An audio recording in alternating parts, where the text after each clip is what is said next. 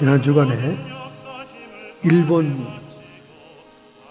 구마모토 현에서 일어난 두 번의 큰 지진과 100여 번의 여진이 우리 한국에까지 영향을 미쳤습니다.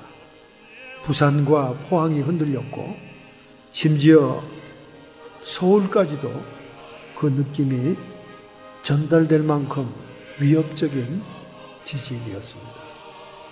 이렇게 일본에서 지진이 일어나고 곧이어서 또 같은 현에 있는 화산이 폭발하게 되니까 세계인들은 뉴스를 통해 지진의 처참한 모습들을 다시 한번 보면서 공포를 느낍니다. 많은 지질학자들은 세계 환태평양 불의 고리 화산대가 지금 움직이고 있는 것이 아닌가 이렇게 발표를 하고 있습니다. 이 구마모토 현에 두 번의 큰 지진이 오기까지 바누아투 공화국에서 한 번 지진이 있었고 필리핀에서도 지진이 있었다는 거예요. 이미 지진의 전조가 두 번이나 난 다음에 일본에서 또다시 큰 지진이 두 번이나 있었다. 이렇게 얘기하고 있습니다. 그래서 태평양을 고리처럼 돌고 있는 이 환태평양 화산대가 움직이기 시작한 것이 아니냐. 불의 고리가 심상치 않다. 그런 그 발표들이 나오고 있습니다. 그러면서 캘리포니아도 비건을 마음의 준비를 해야 될 것이다. 이렇게 미국 지진학회에서 발표를 했습니다. 세계가 흔들리고 있죠. 동시다발입니다. 우리 마태복음 24장의 종말을 예언하면서 세계 처처의 지진과 해일과 굶주림이 있을 것이다. 그렇게 얘기했습니다. 그러나 우리 인류 역사상 지진이 없었던 때는 없었어요. 다만 예수님께서 종말의 현상으로 얘기하는 지진은 세계적으로 동시다발적으로 지진이 일어나는 현상을 얘기하는 겁니다. 지금 동시다발적으로 지진이 일어나고 있어요. 뉴질랜드에서 일어났죠. 클라이스트 처치라는 도시에서 일어났고 그 다음에 페루와 칠레를 통해서 남미 대륙에 일어났고 과테말라에서 일어났고 이게 점점 거슬러서 태평양을 둘러서 지금 지진이 계속 일어나고 있는 것입니다. 우리가 이럴 때일수록 깨어 기도하며 근신하여 정신을 차려야 될 줄로 믿습니다. 정말 대륙이 깨어지고 땅이 꺼지는 이 엄청난 지진 앞에는 인간의 힘이라는 것은 무력하기 짝이 없습니다. 자동차와 건물이 힘없이 맥없이 깊은 수렁으로 떨어지고 갑자기 아스팔트 도로가 천하의 절벽으로 변하고 수없는 사람들이 매몰되는 이런 모든 현상들은 정말 우리 인간이 얼마나 약한 존재냐 하는 것을 새삼스럽게 느낄 수 있었던 지난 주간이었습니다. 특별히 지진대가 선명하게 지나가고 있는 이 캘리포니아의 주민들은 더 신경을 써야 되죠. 산 안드레아스의 지진대와 함께 지류로 연결된 많은 지진대들이 동시에 움직이면 거대한 폭발적인 지진이 일어납니다. 마지막 때가 가까움을 볼수록 동시다발적인 화산도 폭발하고 대지진도 일어나는 이런 것을 대비해야 된다는 것이죠. 우리 한국도 백두산이 936년 발해 시대에 대지진이 폭발이 일어났죠. 고려 시대입니다. 고구려에 멸망했던 저 북만주에 고구려의 주민들이 세운 나라가 발해예요. 근데 그 발해가 정말 기세 있게 점점 그 시베리아와 함께 저 중국 대륙을 정벌하기 시작하는데 갑자기 멸망해버렸어요. 갑자기 사라졌어요. 역사에서.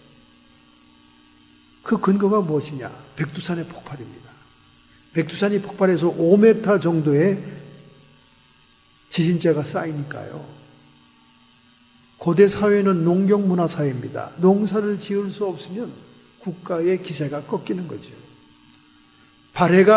후 발해가 기세 좋게 일어나서 이제 옛날 고구려의 영화를 찾나 보다 했더니 천재지변에 의해서 역사에서 사라졌다는 거예요. 그 주기가 지금 백두산에 지금 오고 있다는 거 아닙니까? 백두산 마그마가 서울 도시의 몇 배라고 그러죠? 최근에 발표된 게. 그리고 자꾸 김정은은 핵폭탄 실험을 해댑니다. 그것도 땅 지하에서 해대요.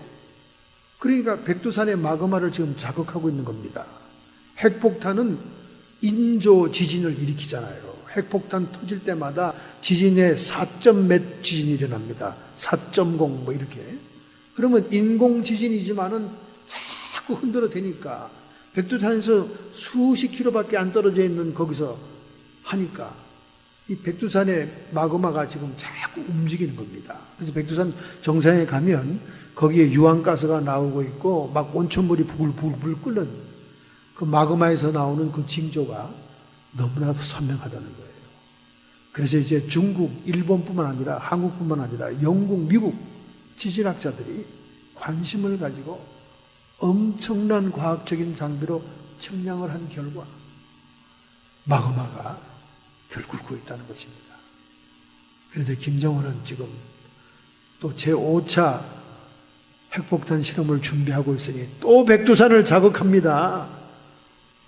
이렇게 되면 백두산이 폭발하면 편서풍에 의해서 가장 많이 재앙을 받는 데가 일본이에요. 일본으로 싹 날아갑니다. 제가. 그래서 일본의 도시를 덮죠. 이 해안가 도시들을. 그 다음에 이 편서풍이 약하면 우리 남한도 다 덮어버려요. 서울도 다 덮습니다. 편서풍이 아주 강해서 셀 때 그 제트 기류잖아요. 세면 그 쟤들이 쭉 일본으로 가지만은 그게 좀 힘이 약하다 그러면 북한을 덮고 남한까지 덮는다는 거예요. 엄청난 재앙이죠. 우리의 조국이 그렇게 되지 않기를 기도할 수밖에 없는 것입니다.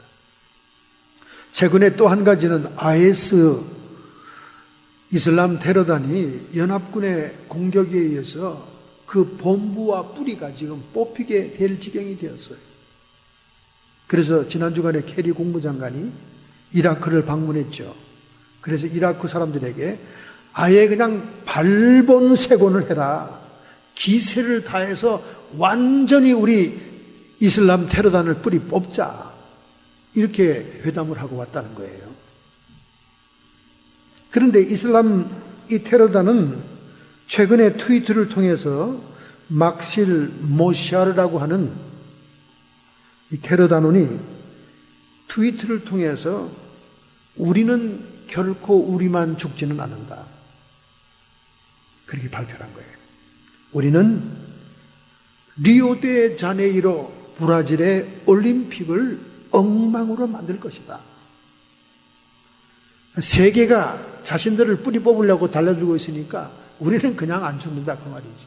세계 만국이 모여서 세계적인 축제를 열 브라질의 리오데자네이로에 우리는 엄청난 테러를 준비하고 있다. 정말 이 브라질 올림픽이 잘 될지 걱정입니다. 왜냐하면 지금 전염병이 돌잖아요. 지카 바이러스. 임산부가 어떻게 올림픽에 가겠습니까? 모기에 물리면 지카 바이러스, 소두증에다가 성인들은 어떻게 됩니까? 전신마비병이 오잖아요. 그리고 올림픽은 누가 마음 놓고 가겠습니까? 그 브라질이 얼마나 빈민구들이 많은지 몰라요. 그리고 그 위생이 불량해서 모기들이 엄청납니다. 미국 TV 뉴스 보니까 모기 잡느라고 정신없어요. 약 뿌리느라고 말이죠. 거기다가 테러의 위협이 있죠. 또 거기다가 주변 환경이 아주 불결하고 비위생적이죠. 그리고 올림픽을 위한 운동시설도 아직도 미비되어 있다는 거예요. 자금난에 의해서 말이죠. 정말 금년도 올림픽이 잘 진행될 수 있을지 걱정스럽습니다. 여러분이 지난 주간에 정말 관심이 많았던 것은 우리 한국의 총선이었잖아요. 새누리당은 145석에서 175석까지 예상을 하고 있었습니다. 그들은 절대로 과반수를 넘을 것이라고 자신이 만만했어요. 왜냐하면 야당이 분열되어 있기 때문에 그렇습니다.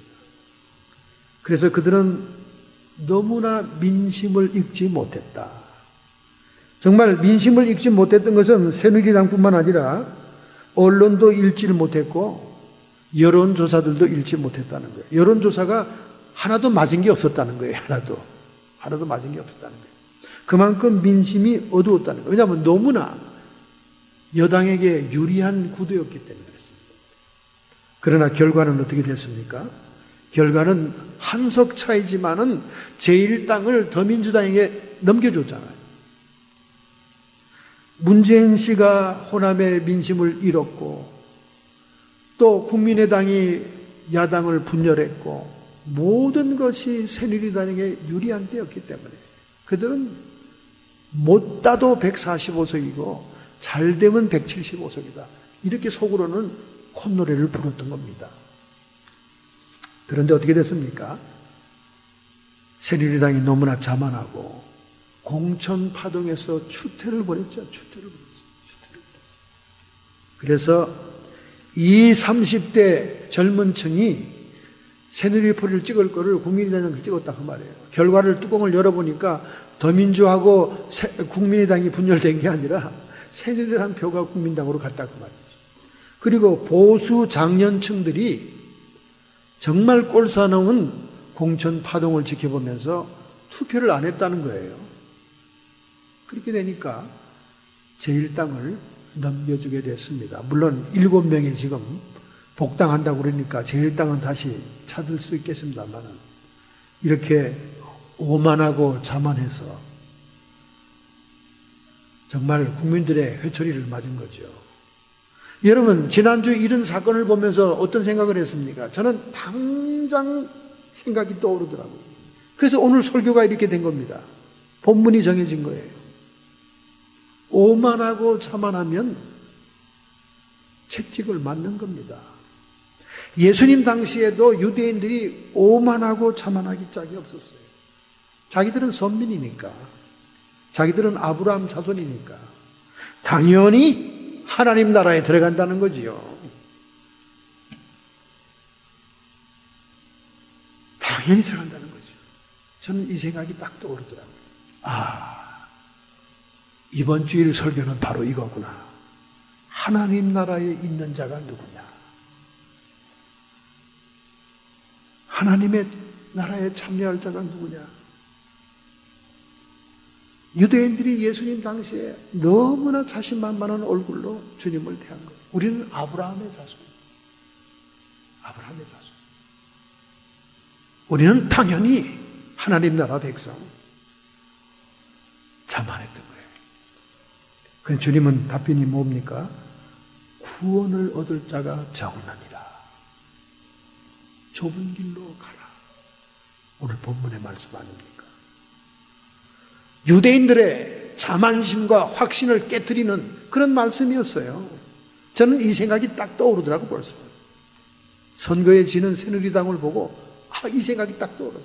너무 자신만만하고 너무 자만하니까 유대인들이 하나님 나라는 우리 것 끝.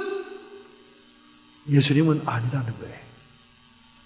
그럼 유대인만 생각합니까? 여러분과 나를 생각해야지. 여러분과 저는 당연히 하나님 나라 백성이죠. 당연히 하늘나라 들어가 있죠. 여러분 인터넷에 떠도는 천국과 지옥 갔다 왔다는 사람들의 간증을 한번 보세요. 그것을 우리가 믿고 신뢰한다는 건 아닙니다. 그냥 참고할 뿐이죠. 거기는 수많은 얘기들이 있는데 많은 사람이 공통적으로 얘기하는 이상한 현상들이 있어요. 한국의 유명한 목사님들이 천국에 없다는 거야. 하용조도 없고 옥한음도 없더라. 하용조가 땅을 치고 울고 있더라. 지옥에서. 내가 내 목숨 내놓고 내 생명 다해서 교회도 세우고 하나님을 섬기는데 나는 왜 지옥에 왔는가? 하나님께서는 자기가 우상이 되어 하나님께 돌릴 영광을 자기가 가졌다는 거예요. 그 지옥에 와 있다는 거예요. 그러니까 장로교에서는 아주 그냥 벌쩍 뛰죠. 어떤 이런 생 이단들이 나와가지고 이상한 소리 한다고 말이죠. 심지어 칼빈이 지옥의 감옥 같은 쇠창살 안에서 통곡을 하고 있더라 그 말이지. 내가 만든 doctrine 교리 때문에 수많은 사람이 지옥으로 떨어지는데 내가 그 죄값을 받는구나 통곡하고 있더라는 거야. 이런 시덥지 않은 간증들이 많이 지금 떠도는데, 근데 한두 명이 아니야. 그러다 보니까 우리가 믿진 않아도 한번 참고는 해보고 생각은 해보는 거야. 그럴 수도 있겠네. 그럴 수도 있을 수 있지. 그럼 하나님께 돌릴 영광을 자기가 차지했으면 당연히 지옥행이지. 대교회 유명한 목사 수없이 영광과 명성 부귀영화를 누렸던 사람들 그 천국에 가겠어요? 이 땅에서 다 값을 받았는데 너희가 이미 값을 받았느니라. 이 땅에서 받은 것이 없어야 천국 가서 받지 않겠습니까? 여러분, 도대체 왜 그렇게 여러분은 하나님 나라에 들어가 있다고 확신합니까? 당연히 왜 여러분들은 천국에 있다고 믿습니까? 만세전에 택정함을 입어 아주 천국 아름목에 들어갔나이다. 얼마나 자신들이 많아. 바로 이런 경우를 생각하라고 말이야. 이번에 새누리당 총선 결과를 보고 예수님이 이 본문에서 지금 얘기하고 있잖아요. 너희들이 아브라함 자손이라고 얘기하는데 그래, 아브라함과 이삭과 야곱과 모든 선지자들은 천국에 있다. 너희들은 없다. 예수님이 그렇게 말씀하잖아요. 저는 예수님 말씀만 믿습니다. 그럼 왜 오늘날 교회 들락거리는 일반 교인들이 자기들은 천국에 다 들어갔다고 생각할까요? 로마서 8장 1절을 통해서 힘을 받는 겁니다. 로마서 8장 1절. 그러므로 이제 그리스도 예수 안에 있는 자에게는 결코 정죄함이 없나니라. 그거 봐라. 예수님 안에 있고 예수님 이름만 들고 다니면 정죄함이 심판이 없다는데 구원받은 거지. 천국 백성이지. 여러분, 안타깝게도 여러분과 제가 가지고 있는 이 성경은요, 번역 성경입니다. 한글로 번역한 거예요. 개혁 성경이에요. 그런데 개혁 성경이 중요한 원문을 빼놨어요. 여러분이 만약 지금 성경을 한쪽에 킹제임스 영어판을 가지고 있으면 당장 옆으로 한번 쳐다보세요. 거기 중요한 구절을 빼놨습니다. 번역을 안 했어. 그러니까 번역이 안 된 성경 구절 가지고 전부 다 천국에 가 있다고 확신하는 거야. 예수 이름만 가지고 있으면 결코 정죄함이 없느니라. 아멘이요, 아멘이요. 하나님 나라 들어갔네. 아니라는 거지. 킹제임스 버전, 가장 원문에 가깝게 번역된 킹제임스 버전에는 이 한글 성경이 번역하는 것이 기록되어 있다니까요. 그것만 제가 딱 얘기하겠습니다. Who do not walk according to the flesh, but according to the Spirit. 대문자 Spirit. 뭐가 있어야 되냐면 육신을 따라 살지 아니하면서 성령을 따라 사는 그리스도 안에 있는 자들은 결코 정죄함이 없느니라. 그런 말이라는 거예요. 그러니까 육신을 따라 살지 않고 성령을 따라 사는 사람인 그리스도 안에 있는 사람만이 정죄함이 없다는 거야. 그러니까 그걸 쏙 빼는 거야. 그걸 번역을 안 한 거예요. 진짜 마귀가 장난질 친 거죠. 그걸 번역을 안 한 거야. 그건 무슨 뜻입니까? 아무리 우리가 예수님의 이름표를 달고 다녀도, 이름표를 달기도 다니고 교회 장로, 집사, 권사, 목사일지라도 육신을 따라 살았으면 아니다는 거지. 성령을 따라 산 자만이 정죄함이 없다는 거예요. 할렐루야. 그래, 요걸 쏙 빼놨어. 마귀들이 빼놨겠지. 마귀들이, 번역하는 마귀들이 역사에서 빼놨지만은 그 밑에 8장은 전부 다 그 내용이 또 기록되어 있어요. 그 내용이 다행스러운 거죠. 다행스러운 거야. 그러나 첫 번째 1절에 그걸 빼놨기 때문에 머릿속에 딱 사람들이 뇌리에 박힌 거예요. 좌우지간 예수님 근처에 가면 다 정죄함이 없는 거네. 이렇게 내리에 박힌 거예요. 그게 잘못된 것이죠. 잘못 번역된 거예요. 킹제임스 버전에 중요한 단어가 빠진 거예요. 육신을 따라 살지 않고 성령을 따라 사는 예수 안에 있는 자들이 정죄함이 없느니라.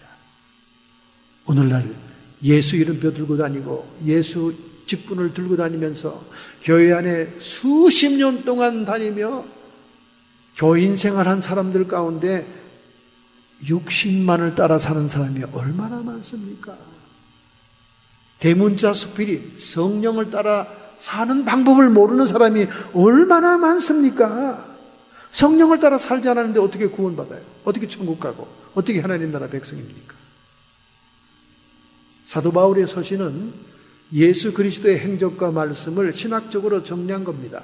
그렇기 때문에 신학적으로 정리한다는 것은 강조점이 있고 강조하지 않은 점이 있다는 거예요. 즉 그 당시에 초대교회 형편을 따라 편지한 것이기 때문에 통합적인 것보다는 그 지역에 맞게 그 교회 형편에 맞게 강조점이 달랐다 그 말입니다. 그러므로 우리는 중요한 문제는 예수님의 말씀에서 찾아야 된다 그 말이에요. 예수님이 뭐라고 그럽니까? 마태복음 7장. 마태복음 7장에서 뭐라고 그래요? 21절 23절 나더러 주여 주여 하는 자마다 다 천국에 들어갈 것이 아니요 내 아버지의 뜻대로 행한 자라야 들어간다. 오늘날 예수 이름 부르면서 주여 주여 하는 사람 얼마나 많아요. 그런데 아버지의 뜻대로 행하지 아니한 자는 못 들어간다고 말이에요. 즉 성령을 따라 행하지 않은 사람은 못 들어간다고 말이에요. 그때 많은 사람들이 나에게 와서 주님, 내가 선지자 노릇을 하고 내가 귀신을 쫓아내고 많은 권능을 행하지 않았나이까? 성령 능력을 받았던 사람이라 그 말이야. 그리고 사역자였다 그 말입니다. 선지자 노릇을 하고 귀신을 쫓아내고 많은 능력을 행해 얼마나 사람들이 따르겠어요. 부귀영화를 누렸겠지. 돈벌이도 잘 되고. 그때 내가 밝히 말하리니 불법을 행하는 자야 나에게서 떠나가라. 나는 너를 도무지 알지 못하노라. 이 불법이라는 것은 계명을 어겼다 그 말입니다. 계명을 어겼다. 겉으로는 주님의 이름으로 뭐 행세하는 건 같았는데 뒤로는 다 계명을 어겼다 그 말이에요. 계명을 1계명을 어겼겠어요? 주 너희 하나님을 섬기라는 말씀을 이겼겠죠. 10계명 마지막 계명을 어겼겠지. 내 이웃을 향하여 거짓 증거하지 말라. 여러분 오늘날 교회 다니면서 직분 있고 능력 행하고 하나님 예수 이름으로 뒷담화 안 하는 사람 봤습니까? 21세기에 목회 실천에 연구하는 많은 사람들이 교회는 뒷담화로 분열하고 싸운다. 그런 발표를 했어요. 험담을 일삼는 교회는 암 같은 존재로 교회를 분열시키고 교회를 문 닫게 한다. 그 10계명 마지막에 있잖아요. 거짓 증거하지 말라. 이웃을 이간질하고 거짓말로 모함하고 헛소문 퍼뜨리지 말라 그 말이에요. 근데 그렇게 안 하는 사람 봤어요 여러분? 우리 한국 사람들은요 테니스는 안 치고 달리기는 안 해도 앉아서 그냥 흉보고 남 얘기하는 걸 아주 즐겁게 사는 사람들입니다. 그러니까 교회들마다 전부 다 부글부글 끓잖아요. 그럼 이 목회 연구자들이 이 사람 성도들이 왜 이렇게 뒷담화를 하느냐? 그건 자기가 우상화돼서 그렇다고 말해요. 자기가 제일 괜찮은 사람이야. 자기가 제일 이 교인들 중에 그래도 나은 사람이야. 이런 의미에서 사람들을 헐뜯는다는 거예요. 이게 C.S. 루이스가 얘기한 얘기입니다.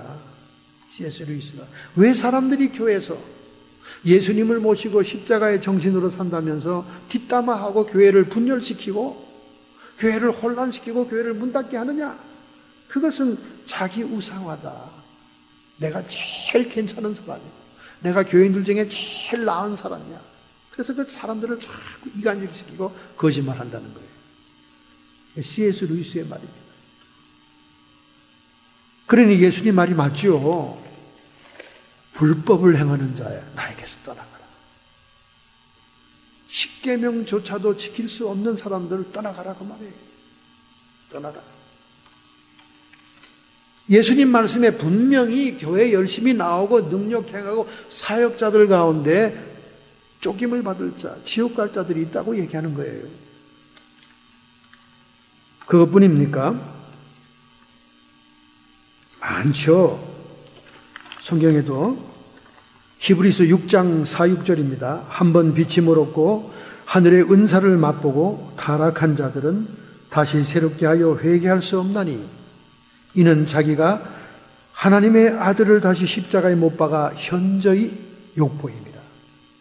성령의 은사, 하늘의 은사, 이런 많은 체험을 가지고도 타락하는 자들이 있다는 거예요.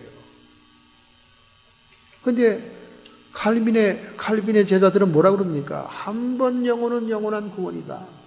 한 번 자식은 영원한 자식이다. 절대로 하나님은 놓지 않는다. 그 얘기하잖아요.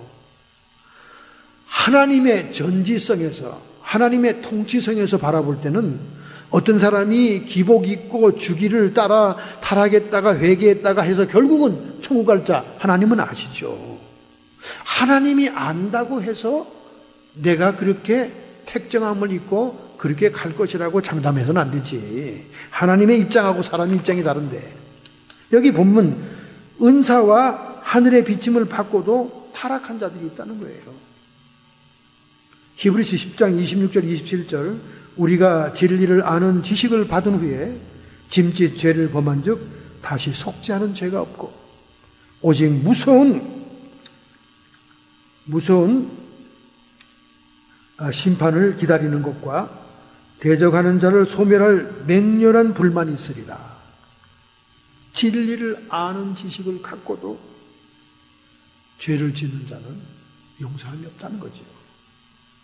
그래서 요한일서 5장 16절 17절 사망에 이르는 죄가 있으니 이에 대해서 나는 구하라 하지 아니한다.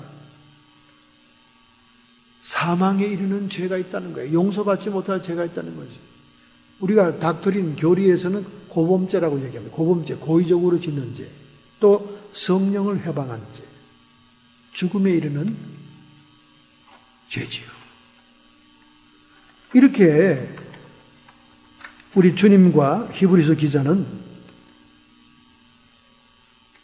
아브라함의 자손이라도 믿는 자라도 얼마든지 들어갈 기회를 상실할 수 있다, 이렇게 얘기하고 있는 것입니다.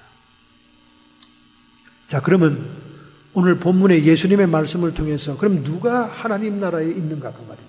누가 가는가 그 말이죠. 첫째 28절입니다. 아브라함과 이삭과 야곱과 모든 선지자는 하나님 나라에 있고, 하나님 나라에 있는 하나님 아브라함과 이삭과 야곱과 모든 선지자, 그 모형과 샘플을 통해 우리가 배울 수 있는 겁니다. 아브라함은 예비하신 하나님, 믿음을 상징하는 분이잖아요. 하나님께서 우리를 위해서 많은 것을 예비하고 준비하셨다. 정말 구원의 구속의 사건은 하나님이 우리를 위해 준비하지 않았으면 우리가 감히 이룰 수 없는 일 아닙니까? 홍해같이 말이에요. 홍해가 하나님이 갈라줘야 건널 수 있는 길인 것처럼 아브라함은 예비하신 하나님을 믿는 그 믿음의 사람의 모형입니다. 이삭은 누구냐? 이삭은 은혜를 선물로 주는 사람의 모형이죠. 그래서 이삭은 무조건 순종하는 사람이었습니다. 하나님이 은혜로 우리를 위해 준비해 놨다면 우리는 순종하면 하나님 나라에 들어갈 수 있는 거지요. 그 다음에 세 번째는 야곱입니다. 야곱은 하나님의 자녀로서 변화시키는 하나님, 연단과 훈련을 얘기하는 거죠. 그래서 아브라함을 금 같은 믿음의 사람, 이삭을 은 같은 은혜의 사람, 순종의 사람, 야곱을 보석 같은 연단과 훈련의 사람이다, 그렇게 얘기합니다. 이런 세 가지의 모형을 따라 우리가 준비한다면 우리도 그분들처럼 하나님 나라에 들어갈 수 있다는 것입니다. 그리고 모든 선지자, 여러분 선지자의 사명이 뭡니까? 제사장은 율법대로 예배하고 제사를 드리는 사명이라면 선지자는 율법을 현실에 적용을 시키는 사람들이에요. 율법을 현실에 해석해 주는 사람입니다. 모든 선지자가 하나님 나라에 있다. 그 말은 무슨 말이냐? 오늘 여러분과 제가 현실 속에서 하나님의 말씀을 적용하고 실현할 때 하나님 나라에 들어가 있는 사람이 될 수 있다. 그런 뜻이죠. 우리는 주님께서 말씀한 이 말씀을 통해 하나님 나라에 들어갈 수 있는 자의 자격을 깨달을 수가 있습니다. 그러므로 고린전서 1장 18절 십자가의 도가 멸망하는 자들에게는 미련한 것이요 구원을 얻는 우리에게는 하나님의 능력이라. 십자가의 도가 왜 하나님의 능력입니까? 천국, 하나님의 나라에 들어갈 수 있는 길이기 때문에 십자가 얘기하면 주변에서 그럽니다. 목사님 부활도 있는데 그럼 맨날 왜 십자가만 얘기하세요? 고리타분하고 골치 아프게. 부활도 천국도 십자가의 길로 간다고 말이야. 십자가가 뭔데? 십자가는 자기 육을 부인하는 겁니다. 그리고 하나님의 뜻을 위해서, 사명을 위해서 자기를 희생하는 걸 얘기하는 거예요. 육의 부인과 사명을 위한 희생이 없이는, 그게 십자가의 길인데 그거 없이는 하나님 나라에 들어갈 능력이 없다 그 말이에요. 주님이 다 이뤄놓으셨는데 왜 그러세요? 주님이 말씀했잖아요. 자기의 십자가를 지고 나를 따라야 할지니라. 우리가 질 십자가가 있어야 된다. 주님이 다 예비해 놓고 다 만들어 놓으시고 다 하셨지만 우리가 감당할 몫이 있다는 거예요. 십자가만이 천국을 여는 열쇠요. 하나님 나라의 문을 들어가는 권세를 얻는 것입니다. 여기서 육을 부인한다 그러니까 육체를 학대하고 막 육체를 막 짓밟고 이렇게 하라는 게 뜻인가? 그게 아니에요. 여기서 말하는 육은 플래시를 얘기합니다. 플래시는 뭐냐? 죄성을 가진 육을 얘기하는 거예요. 우리가 위생적으로 잘 보관하고 잘 간수해야 될 몸은 바디를 얘기하는 거예요. 바디는 하나님의 창조물이고 정말 귀한 거예요. 바디를 학대하라는 게 아닙니다. 플래시, 죄성이 있는 육을 따르지 말라 그 말이지. 이것이 하나님 나라에 있는 자의 특징인 겁니다, 여러분. 하나님 나라에 있는 자의 특징이에요. 자, 두 번째, 그러면 주님께서 또 무엇을 말씀했습니까? 30절입니다. 보라, 나중된 자로 먼저 될 자가 있고 먼저 된 자로 나중될 자가 있느니라. 이것은 이 당시에 유대인들에게 한 말씀이에요. 주님의 말씀은 복합적인 예언이 포함된 것입니다. 유대인들이 먼저 선택함을 받아서 아브라함의 자손이었지만은 그들이 버림받는다는 거예요. 우선 버림받는다는 겁니다. 이방인의 때가 되면 버림받는다는 거예요. 그들이 예수 그리스도를 거부하고 십자가에 못 박음으로 인해서 그들이 먼저 되었던 자지만 나중되게 된다는 거예요. 나중에 이제 7년 대환란 시절에는 유대인들이 회개하고 돌아오고 주님을 메시아로 영접함으로 회복이 되죠. 회복이 되는데 그 먼저 된 자가 나중된 자. 그럼 나중된 자가 뭡니까? 이방인 교회를 얘기하는 거예요. 이방인 교회가 열매 맺는 백성이 되어서 하나님의 나라를 차지하게 될 것이다. 할렐루야. 예수님의 말씀을 집단적으로 적용했을 때 그렇다는 거예요. 그러나 이 말씀은 또 개인적으로 적용을 해야 되는 거예요. 우리가 모태적인 신자로서 먼저 부름을 받아 교인이 되고 성도가 될 수 있습니다. 그러나 이 모태적 신자가 진리를 알고도 죄를 짓고 타락하게 되고 하나님의 뜻을 행치 않게 되게 된다면 나중에 모태적 신자가 아니라 그냥 초신자로서 나중에 선택받은 자보다 못하게 될 수도 있다. 이렇게 얘기하는 거예요.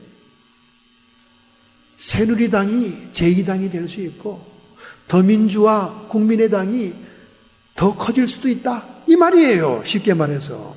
아주 시츄에이션에 갖다 붙이면 그렇게 되는 거예요, 여러분. 왜 총선을 바라보면서 우리는 아이고 한심하다 새누리, 왜 그렇게 오만했어? 왜 그렇게 자신만만했어? 민심도 모르고 왜 그렇게 공천 파동을 일으키면서 밉상을 비웠어? 친박의 멸망이야. 친박의 멸망은 아닙니다, 여러분. 친박이 19대보다 더 많은 국회의원이 당선됐어요. 거의 70%입니다. 그러니까 실속은 차린 거죠. 그런 공천 파동을 일으키면서 그렇게 실속을 차린 거예요. 우리는 이런 사건을 보면서 우리가 신앙생활하면서 자만하고 교만하고 나는 당연히 하나님 나라에 들어간 자라고 생각한다면 나중될 자가 될 수 있겠구나. 여러분 깨어나야 됩니다. 정신 차려야 돼요. 왜 그렇게 자신만만하냐 그 말이야. 아주 그냥 성도들하고 얘기하다 보면 제가 부끄러울 정도예요. 너무나 자신만만해. 목사님, 그냥 가기로 당연히 택정함을 입은 예정된 그 천국 얘기는 그만하세요. 어차피 이 땅에서 짧은 인생 사는 거 어떻게 행복하고 멋지게 짜릿하게 부귀영화를 누리냐, 여기에 관심을 주시고 여기에 포커스를 맞추고 말씀을 하셔야지. 그러니까 모든 목사님들이 교회에 나오면 어르고 달래고 행복하게 해주고 컴포터블하게 해주고 막 편안하게 해주고. 여러분 교회 앉은 자리에서 불편함이 없고 부담감이 없는 설교를 듣고 있다면 여러분은 여러분의 영이 죽어가고 있는 거예요. 일주일 내내 세상 드라마 TV 보고 세상 육신을 따라 살다가 하품을 하고 와서 교회에 앉아 있는데 거기다 목사님이 아이고 여러분 정말 잘하는 겁니다. 여러분은 다 택정함을 받고 만세 전에 천국 들어가기로 결정된 분들입니다. 고조 편안하게 고조 행복하게 사십시오. 누리고 즐기세요. 여러분 죽이는 거예요. 일주일 내내 육신을 따라 살았으면 교회 와서는 따끔한 매를 맞고 회초리를 맞고 책망을 받아야 그때 좀 정신이 좀 차리고 잠도 안 자고 일어나서 아이고 내가 영적으로 살아야지, 이렇게 만들어 놔야지. 여러분 개구리가 뜨거운 물에서 어떻게 죽습니까? 처음에 개구리를 찬물에다가 넣어놔요. 그리고는 서서히 물을 데핍니다. 그럼 개구리는 편안하고 뜨뜻하고 좋구나, 온천 같은 애 하고 막 헤엄치고 즐기다가 익어서 죽는 거예요. 자기도 모르는 사이에. 그게 오늘날 교회의 설교들입니다. 여러분 목사들이 얼르고 달래고 잘한다 칭찬하고 교회 오면 편안한 컴포트. 요즘 교인들이 교회 쇼핑에 제 1번이 뭔지 알아요? 컴포트. 편안한 교회냐. 여러분 교회가 편안하면 안 돼요. 사명에 대해서 막 각성을 하고 깨어나게 기도해야 할 그 사명 기도 제목을 받고 이 시대를 바라보면서 지금 우리가 북한에요. 기독교인들이 어떻게 고난을 당하고 있는지 아세요? 그냥 이 센 물에 중노동을 하는데요. 하여간 북한에서 제일 힘들고 못된 것은 기독교인들을 시킵니다. 그 센 물에 앞에 식인종들처럼 빤 사람은 걸치고 그 뜨거운 그 용광로에서 일하는데 이 몸이 다 센 물에 튀겨가지고 다 새카맣게 되고요. ET처럼 우주인처럼 막 척추가 휘어가지고 이렇게 굽어가지고 무슨 짐승 같대요. 그렇게 핍박받는 북한의 기독교인들이 있는데 우리는 컴포터블하고, 오늘도 목사님이 만담하고 재미있는 얘기 해주시네. 아이고 위로해 주시네. 뭔 위로를 받아. 제가 저쪽 B라는 도시에 사업하는 사람을 찾아갔어요. 갔더니 집사님 좀 열심히 교회 나오셔야지, 영적으로 좀 깨어나셔요. 그렇게 이제 이 얘기 저기 하니까 이분이 하는 말이, 목사님 인생에 지치고 피곤한 몸 끌고 교회에 가면 교회 가서라도 위로를 받아야죠. 내가 위로를 못 받으면 어디서 위로를 받겠어요?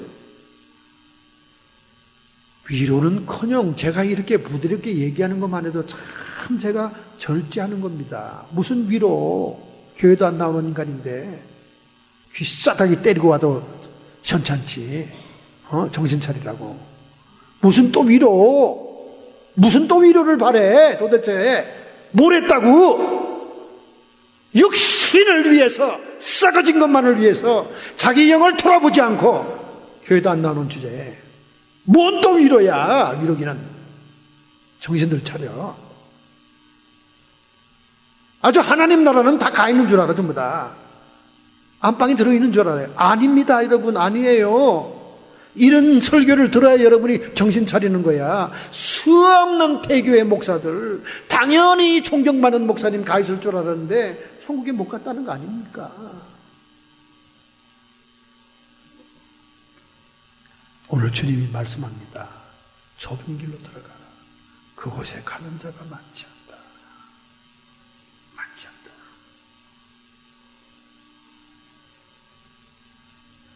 먼저 된 자 나중되고 나중된 자 먼저 된다. 정신 차리라는 거예요, 여러분. 가슴에 손을 얹으세요, 여러분. 양심껏 생각해봐요. 육신을 따라 살았잖아요. 어디 성령을 따라 살았습니까? 성령이 누구신지도 몰라. 성령이 어떻게 나를 인도하는지도 몰라.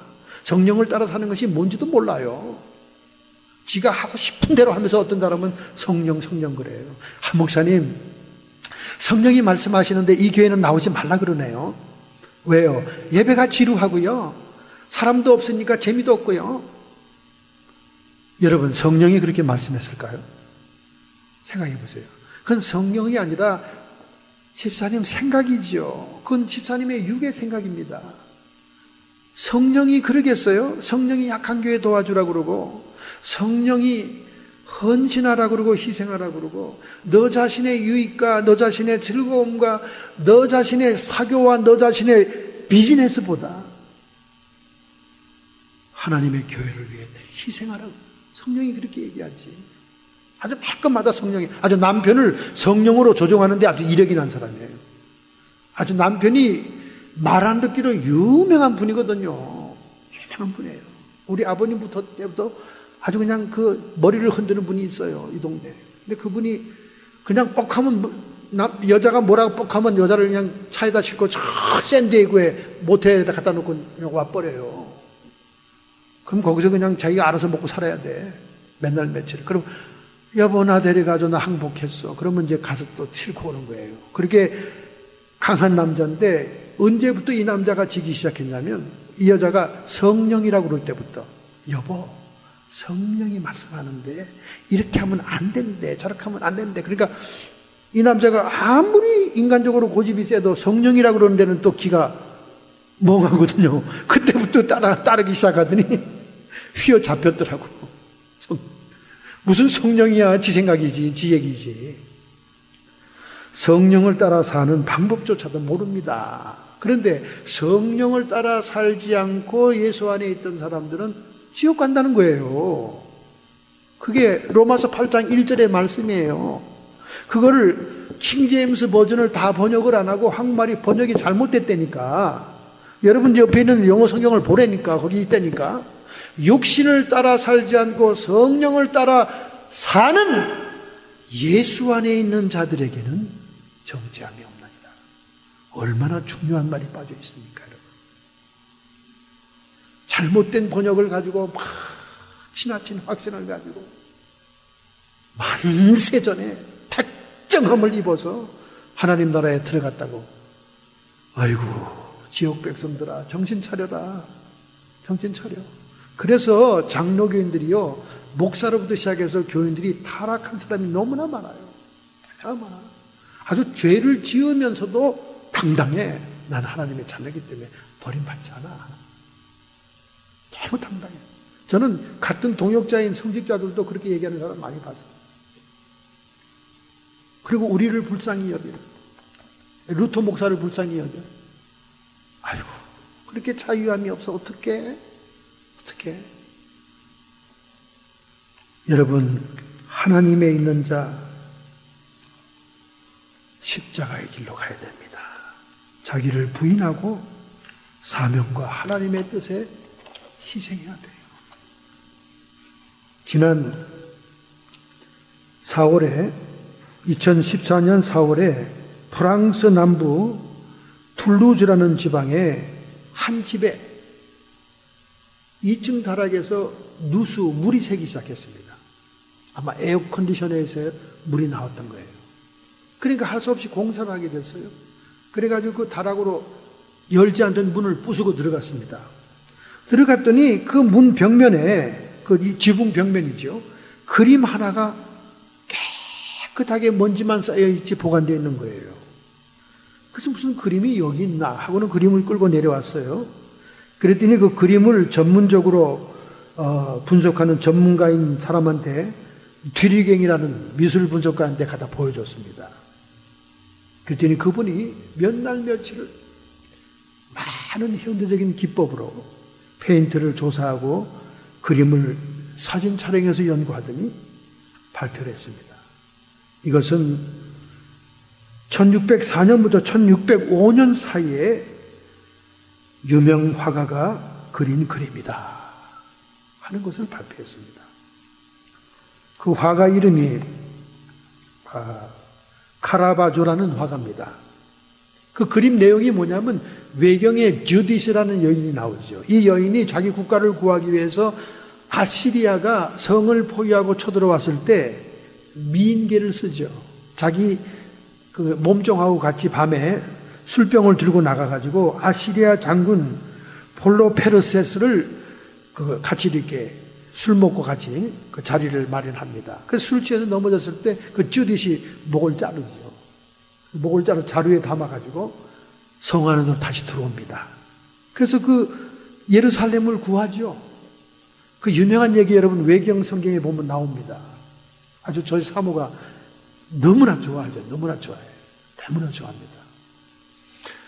저한테 올 때 저한테 기도 부탁을 했습니다. 목사님, 제가 여러 가지 많은 미국 이름을 쓰는데 뭐 루도 좋다고 그러고 뭐 좋은 이름은 다 사람들이 줬는데 정말 하나님이 원하는 이름이 무엇인지 기도해 주세요 이러더라고. 그 너무 기가 막히잖아. 아니 갑자기 뭐 성인이 다 되고 나이가 다 되는 사람이 뭐 이름을 또 정해달라나. 그래서 제가 그냥 한 귀로 뜨고 그냥 에이 적당히 대답하지 뭐, 그러고는 그래도 기도는 해야지 약속했으니까 하고 뭐 신통치 않게 기도실에 들어가서 하나님, LA에 있는 사람이 이렇게 물어보네요. 이름이 뭘 하면 좋겠냐고. 주딧 가르쳐주는 거예요. 그래서 주님, 아니 주딧이라는 이름이 성경에 있어요. 그랬더니 너는 외경도 못 읽었냐?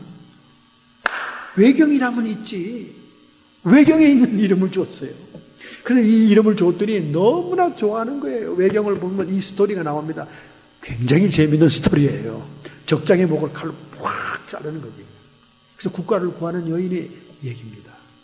이것은 영적으로 마귀의 두목의 목을 치는 거예요. 바로 이 엄청난 그림이었어요. 그 그림의 가치가 1억 3,700만 달러입니다. 여러분 하나도 놀라지 않죠? 남의 일이라서. 남의 일이라 놀라지도 않아요. 1억 3,700만 달러. 1억 3,700만 달러의 그림이 다락에 먼지에 쌓여 있었어요. 대대로 내려온 거야, 집안에. 그런데 다락에서 물이 새는 바람에 그 물 새는 다락을 수리하기 위해서 문을 부수고 들어갔다가 그걸 발견한 거예요. 여러분, 그 사람 부러워하지 마세요. 오늘 여러분과 제가 예수님께서 말씀하는 하나님 나라를 발견한다면 이 그림 한 조각의 가치만 못하겠습니까? 못하겠어요. 이야, 정말 제가 기도하다가 천국 들어간 그 놀라운 그 체험은 이루 말할 수가 없습니다. 정말 거기 가보니까요, 천국에 발 한 쪽만이라도 들여놓는 것은 정말 영광이더라고요. 정말 영광이에요. 이루 말로 표현할 수가 없더라고요. 여러분, 이 하나님의 나라 천국을 다시 발견하기 바랍니다. 다시 생각하기 바랍니다. 너무 세상살이가 재미있고 너무 세상이 즐거운 사람들은 이 하나님 나라가 구만리 장천에 있는 뜬구름이 없는 얘기 같아요. 근데 저처럼 환난당하고 고난당하고 세상에 미련이 없고 세상이 정이 똑 떨어진 사람은요, 맨날 설교 끝에는 하나님 나라입니다. 제가 하나님 나라를 안 가봐도 그렇게 얘기했는데 갔다 왔으니 얼마나 더 하나님 나라를 내가 얘기하겠습니까, 여러분? 이 하나님 나라는 다락방에 먼지 쌓였던 그림, 명화 1억 얼마라고 그랬죠? 1억 3,700만 불짜리만 하겠어요? 그만 못 하겠습니까, 천국이?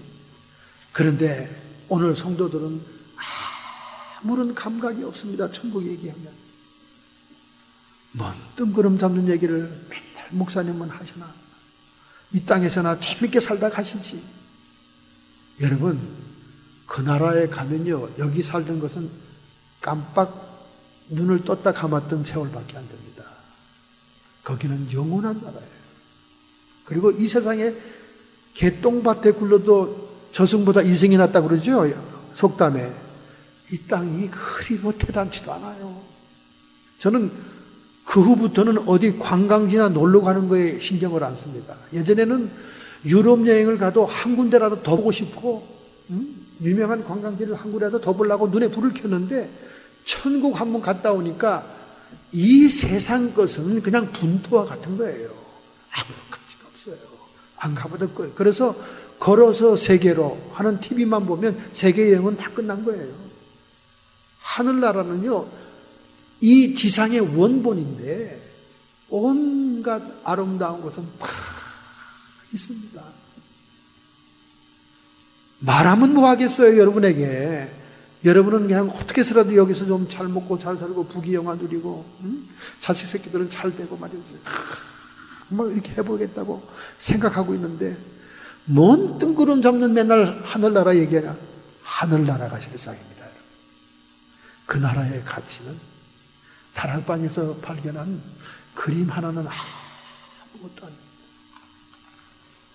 이런 가치를 발견한 사람이 있었어요. 지금부터 100년 전에 한 젊은 선교사 부부가 미국 선교부에 보냄을 받아서 한국으로 파송됐습니다. 그들은 충남 공주를 선교 기반으로 해서 사역을 시작합니다. 그래서 공주에서 첫 아들을 낳아요. 신혼부부니까 첫 아들을 낳아요. 그래서 그 아들을 한국의 광복을 기도하는 의미에서 우광복이라고 지었습니다. 우광복. 그 다음에 그 후에 딸 둘을 낳습니다. 올리버, 로즈라는 아주 이쁜 딸을 둘을 낳습니다. 한국이 다 고향이지, 그 사람들은. 그런데 1906년 2월 달에 논산 지방에 부흥회를 인도하고 오는 길에 이 선교사가 자기 시골길을 들어서고 있는데 소낙비가 막 내리는 거예요. 그래서 소낙비를 피하기 위해서 보니까 집 한 채가 이렇게 허름한 집이 있어요. 그 집에 쏙 들어갔습니다. 그리고 얼마나 피곤했는지 몰라요. 그래서 그 텅 빈 집안에 무슨 가구들만 막 있어요. 텅 비었는데 거기서 잤어요. 자고 집에 왔는데 그 허름한 집이 뭐였냐면 상녀관이었어요. 상녀관. 여러분, 상녀관이 뭔지 알아요? 장례식 하는 물품, 동네 장례식 하는 물품을 보관하는 장소였어요. 거기서 피를 피하고 잠깐 잠을 자고 왔습니다. 그런데 마침 장티푸스 걸려 죽은 사람의 장례를 치르고 난 장례품이 거기 있었는데 거기에서 장티푸스가 감염이 됩니다. 그래서 선교사는 죽습니다. 결국 아들 하나 딸 둘만 남겨놓고 청상과부가 된 이 선교사 부인 사모님은 미국 친정집으로 울면서 돌아갑니다. 그 친정집에 얼마나 신앙 좋은 집안이겠어요. 선교사가 될 정도니까. 친정아버지 부모들이 있는 교회에 나가면서 아무도 없는 교회당에서 통곡을 하고 웁니다. 청상과부 서글프게 우는 거죠. 하나님, 어떻게 그렇게 속절없이 남편을 젊은 나이에 데려가시려고 그렇게 우리를 한국에 보냈습니까? 이거 너무 허무한 일 아닙니까? 너무 슬픕니다. 정말 하나님이 살아있긴 합니까? 병든 자도 죽은 자도 살리시는 주님이 어떻게 남편을 속절없이 전염병에 가게 합니까? 막 통곡을 하고 우는데 나의 사명이 도대체 뭐고 나는 왜 그를 따라갔습니까? 막 우는데 하나님의 음성을 듣는 거예요.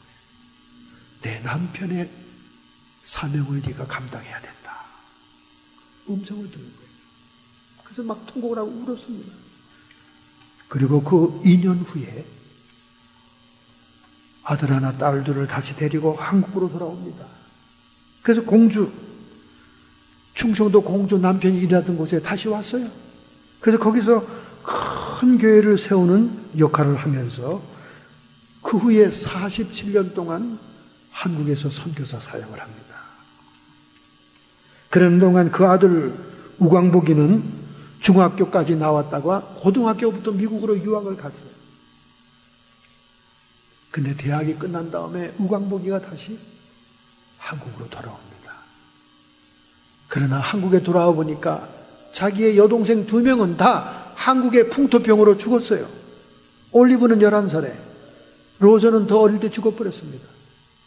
그래서 그 공주의 영면동산이라고 선교사들이 만든 묘지에 묻혔습니다. 우광복이는 대성통곡을 하고 울었습니다. 그가 신앙이 흔들릴 만큼 그렇게 고통스러웠는데 그때는 마치 일제 식민지 통치가 끝난 해방한 때여서 미국의 군정관인 하찌 장군이 신탁 통치를 하고 있었습니다. 그런데 이 장군이 한국말을 잘하고 이중언어를 하는 사람을 찾고 있었는데 이 우광복이를 딱 집어서 자기 비서로 삼은 거예요. 한국말 잘하잖아요. 영어도 잘하잖아요. 그래서 딱 잡은 거예요. 그래서 비서로 지나고 있는데 이 하찌 장군이 자기가 신탁 통치를 하는 것도 중요하지만 한국의 리더를 뽑아서 이렇게 하는 게 더 낫겠다 생각이 돼서 50명을 추천해봐라.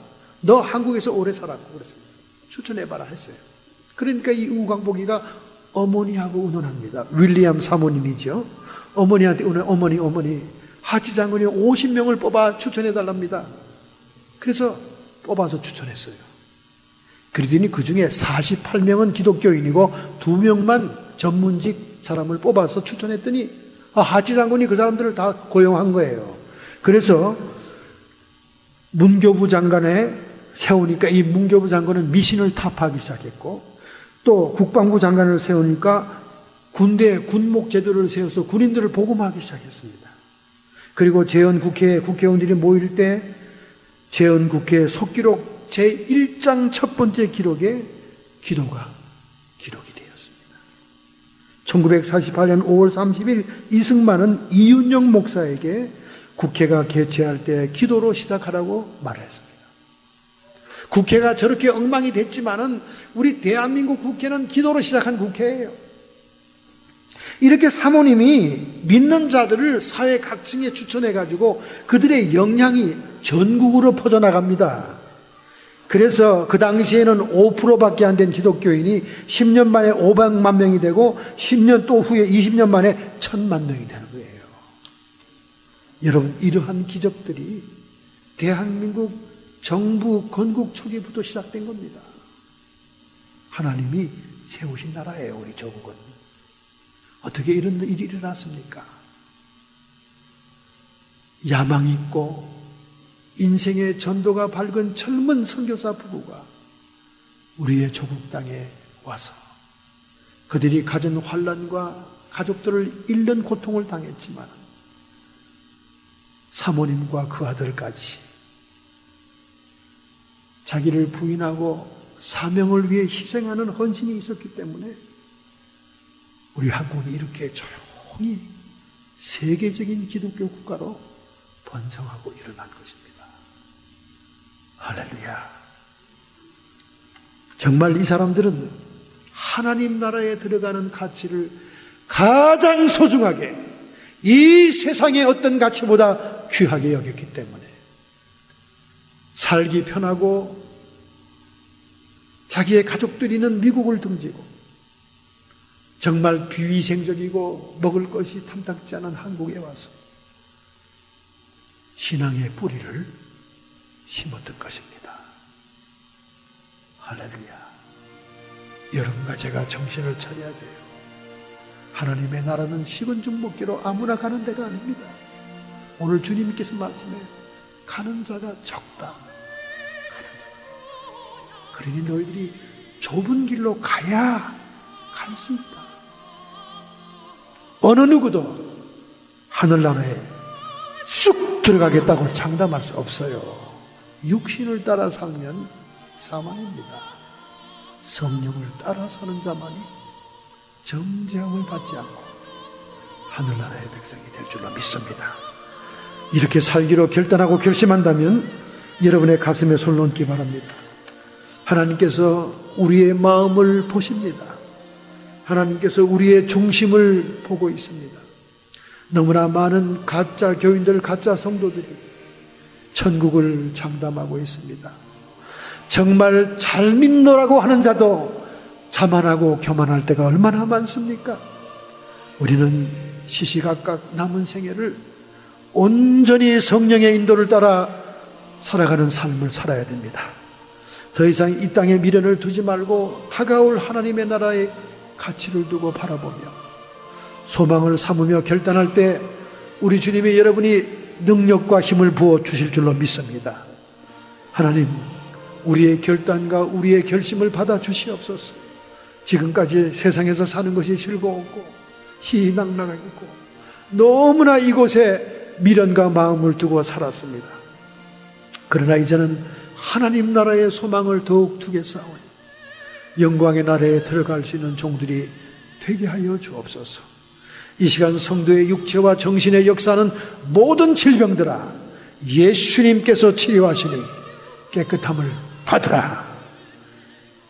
성령이 함께하는 모든 마음들마다 생명과 평안이 충만케 해 주시옵시고 우리를 미혹하고 유혹하며 사람이 말씀으로 사는 것이 아니라 떡으로 산다고 유혹하는 모든 사탄과 귀신의 세력들을 예수님의 이름으로 물리치게 해 주옵소서. 살리는 것은 영이니 육은 무익하니라. 내가 너희에게 이르는 말이 영이요 생명이라 말씀했사오니 예수 그리스도의 말을 붙잡고 순종하는 삶이 되게 하여 주옵소서. 악한 마귀 사탄 귀신의 세력들아 예수님의 이름 권세로 우리의 주변에서 쫓김받고 모든 성도들은 이기는 자의 반열에 들어가게 하옵소서. 예수님의 이름으로 감사하며 축복하며 기도합니다.